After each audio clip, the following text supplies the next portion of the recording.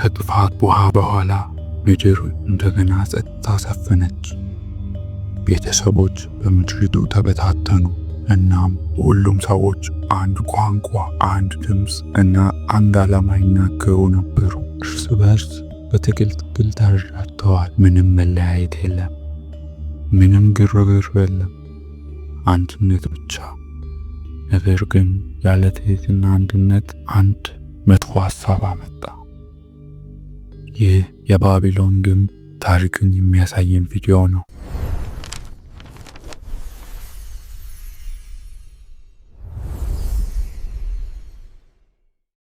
ሰዎች ወደ ምስራቅ ሲጓዙ ሰፊው ሜዳ አገኙ። የሰነአን ምድር፣ ክፍት ሰማይና ማለቂያ የሌለው መሬት ያለው ቦታ። ይህ ምድር ተመልከቱ፣ ለግንባታ ተስማሚ ናት። እዚህ ለዘላለም መቆየት እንችላለን። ብዙ ነን፣ ጠንካራ ነን፣ አንድ ነን። ከዚህ አንድ ሐሳብ ተወለደ እና ከተማን እንስራ፣ ከተማን ገንባ።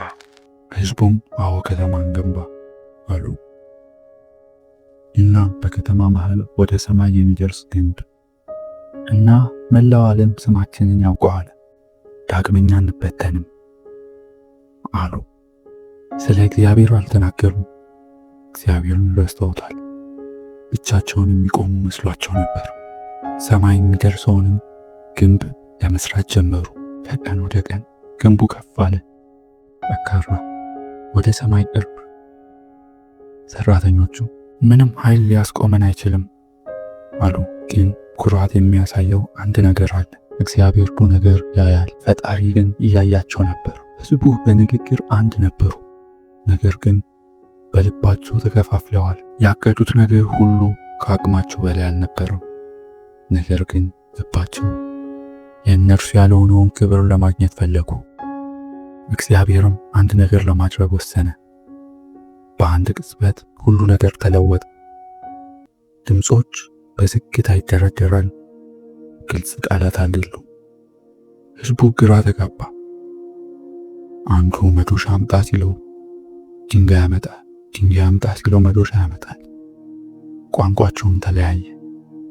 ግልጽ የሆነ ውይይት የለም፣ ግራ መጋባት ብቻ የሚሰማበት። ቃላታቸው ትርጉም አጥተዋል። ድምጾቹ አንድነት አጥተዋል። እርስ በርስ ተለያዩ። ግን ግንዛቤ ጠፋ። እጆቹ ጠቁመዋል፣ አፍም ተናገሩ፣ ግን ልቦች መናገር አልቻሉም። ግንቡ መነሳት አቆመ፣ ከተማዋም ማደግ አቆመች። ግን ተከፋፍለዋል። ቋንቋዎች ተወለዱ፣ ብሔራትም ተፈጠሩ። ምድሪቱ ባቢሎን ተብላ ትጠራ ነበር። እግዚአብሔር ግንቡን አላፈረሰውም፣ አንድነታቸውን ብቻ አስወግዶታል።